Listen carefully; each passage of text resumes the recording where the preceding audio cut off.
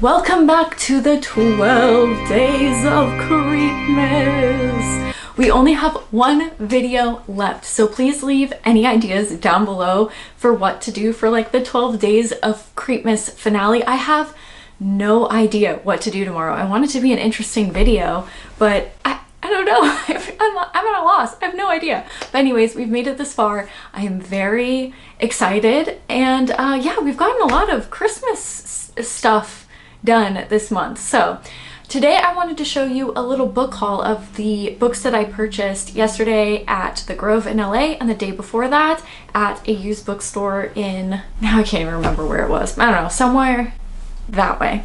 And so yeah, let's just jump into it. I will show you the used books first, and then I'll show you what I picked up from the largest Barnes & Noble in California. So already I can tell that there has been a book removed from here. My husband asked me to buy him a cookbook, but that has disappeared from the bag, so he must have grabbed that. But anyways, these are the books that I bought for myself.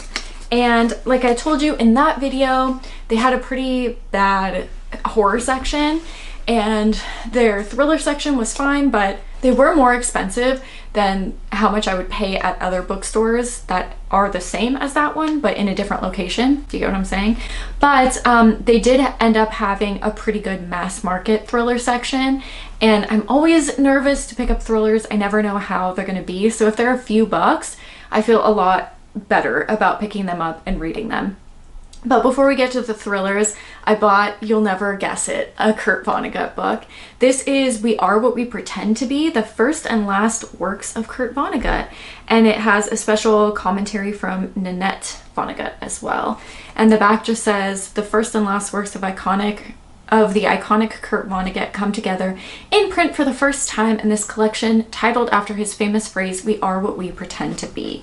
And it just says that it contains something called basic training and if God were alive today. So I'm not sure if they're essays or short stories. I haven't a clue, but I'm always down for a Kurt Vonnegut book, and this is one that I haven't seen before.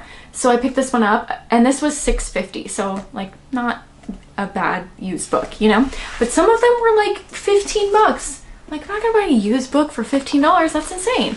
And then I got these. So these are all from the mass market paperback section, and all three of them were $3. This one is Heather Graham's Deadly Night, and it's the Flynn Brothers trilogy. I have never read anything from Heather Graham, but the picture kind of intrigued me. And then I think I looked it up on Goodreads, and it had like close to a 4.0 or something. I don't use Goodreads to determine if I'm going to buy a book typically, especially in the horror section, because I do prefer books that I feel like are a little bit more controversial, and so I tend to enjoy the books that are rated a little bit lower. But with the thriller books, I feel like it's a pretty good marker of whether they're like a decent book or way too obvious or what have you. So if I'm gonna buy a thriller book that I've never heard of before, I like it to be around a 4-star, because those, in my experience, have tended to be the more decent books. So I can't remember exactly what the rating was for this one. This just says, the Flynn brothers have inherited more than a New Orleans plantation. They've inherited a ghostly presence and a long-kept secret. Aidan Flynn, a private investigator and the eldest of the Flynn brothers, scoffs at the haunted house rumors, especially since Kendall Montgomery, a tarot card reader who has been living in the mansion, is the one to tell him the tale of the woman in white. But when he finds a human bone on the grounds, just one? A singular bone? When he finds a human bone. Yeah, I guess so. On the grounds, and another by the river, Aidan delves into the dark history of the Flynn plantation.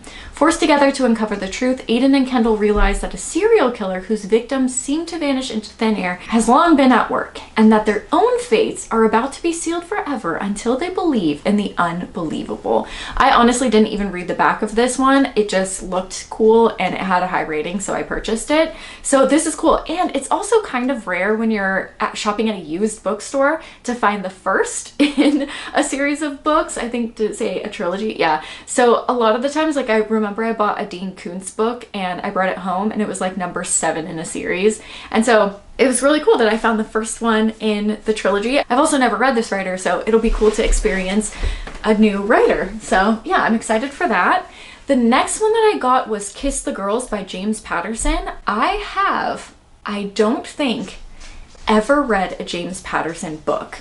And I think this is a movie, if I'm not mistaken. I'm pretty sure it is. But anyways, the back of this one just says, first came the stunning #1 bestseller, Along Came the Spider. Now comes the scariest, most unforgettable novel in several years. What are you guys doing? In Los Angeles, a reporter investigating a series of murders is called. In Chapel Hill, North Carolina, a beautiful medical intern suddenly disappears. Washington, D.C.'s Alex Cross is back to solve the most baffling and terrifying murder case ever. Two clever pattern killers are cooperating, competing, and they are working coast to coast. Maybe this isn't a movie. Maybe it is. Should I Google it? Okay, it is a movie, and the screenplay is based on James Patterson's novel. Okay, cool. I don't know if I've ever watched this movie. There's not really that many scenes, so I can't tell if I've ever seen the movie. I'm pretty sure I've seen Along Came a Spider. But anyways, my first James Patterson novel ever, so let me know how this one is, or if you guys enjoy his work. I've honestly never read it. And then this one was one that I actually found at my bookstore, and I was looking for snowy thriller books. And this one is called The Sanatorium by Sarah Pierce. And this one again was $3. I don't remember what the back said or why I ended up not getting it, but then I found it for $3 and I was like, oh, well, I was looking at this one anyway, so I'll purchase it. It says, the newly renovated Hotel Les Sommets, a former sanitarium high in the Swiss Alps, has long been plagued by dark rumors when Detective Ellen Warner's estranged brother Isaac and his fiancée Lori invite her to celebrate their engagement at the hotel. Aaron reluctantly accepts. Arriving in the midst of a threatening storm, already gonna read this one this month, I can already tell, Ellen immediately feels on edge, and when Lori suddenly vanishes, Ellen must trust her instincts if they hope to find her. When the snow cuts off all access to Les Sommets, the remaining guests start to panic, and another woman disappears, and she's the only person who could have warned them of just how much danger they are all in. So this just sounds like a perfect book to read this month. So probably will be maybe the next book that I read. And then I bought 2 new books at the Barnes & Noble. Actually, if I'm completely honest, I could not pick between the 2, and my wonderful husband said that he would buy me one and then I could buy the other one. So the one that I bought was this one, and I thought that one of you guys had recommended it to me because I talked about The Terror, and then last night I was thinking about it and I'm like, that's not the book they recommended. It was something about fishing. And so I bought this book thinking that it was a recommendation from one of you guys, and I don't think anybody has recommended this one, but it's okay because it sounds fantastic. It's called The Wager, A Tale of Shipwreck, Mutiny, and Murder, and it just seems right up my alley. Let's take a gander at this hardback real quick. Oh yeah, that's beautiful. That's a nice hardback book right there. Anyways, so this is a non-fiction book, so it is a true story, and he's also the author of Killers of the Flower Moon, if you guys have heard of that. Isn't that a new movie that came out? This just says, on January 28th, 1742, a ramshackle vessel of patched together wood and cloth washed up on the coast of Brazil. Inside were 30 emaciated men, barely alive, and they had an extraordinary tale to tell.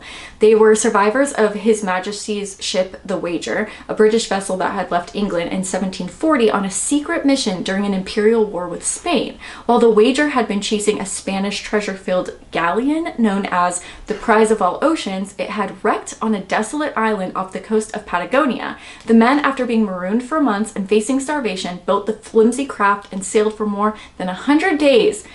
Traversing nearly 3,000 miles of storm-wrecked sea, they were greeted as heroes. But listen to this.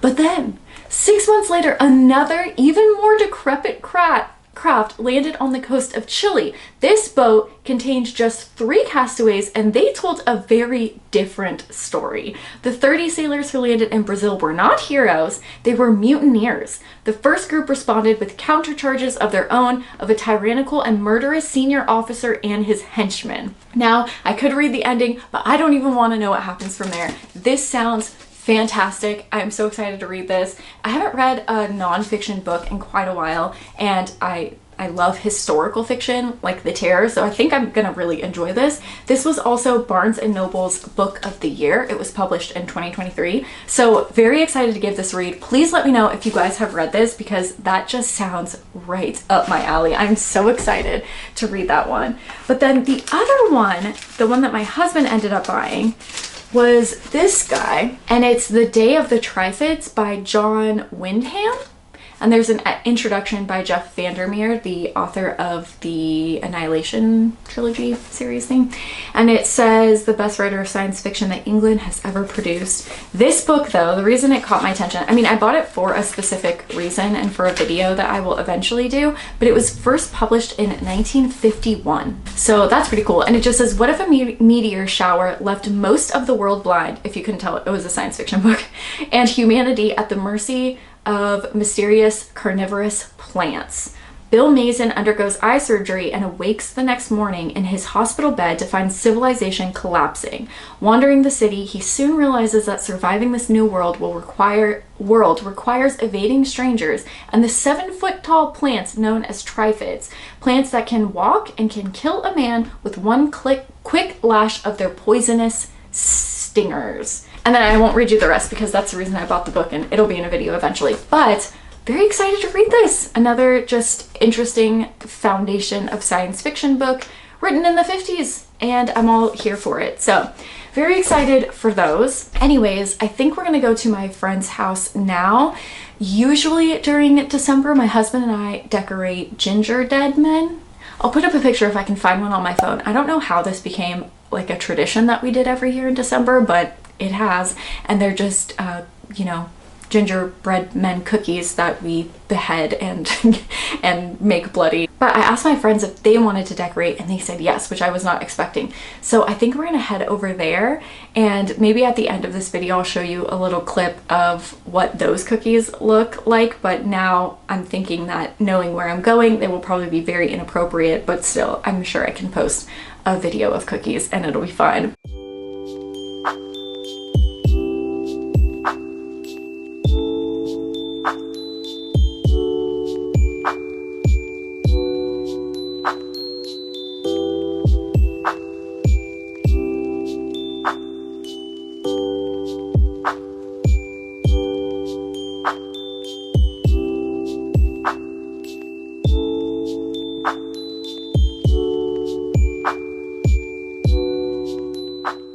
But yeah, so I will leave you with that. But otherwise, thank you so much for watching, and I will see you soon, no, tomorrow, with the last 12 days of Creepmas video.